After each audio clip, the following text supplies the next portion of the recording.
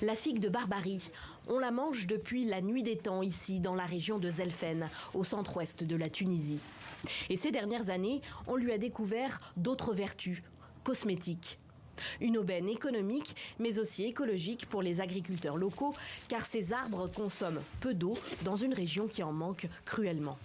À côté de ces qualités agronomiques qui permettent à cette plante de s'adapter, de produire sous des conditions difficiles, il y a aussi son potentiel de transformation industrielle. Donc c'est vraiment une plante miracle.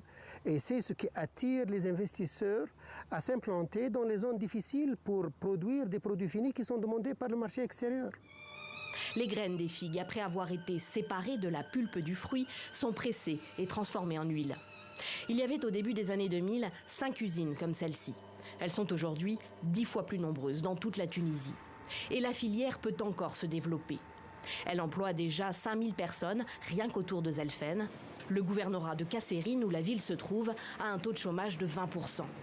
La production d'huile de figue de Barbarie suscite donc l'espoir. Cette usine fabrique même ses propres produits.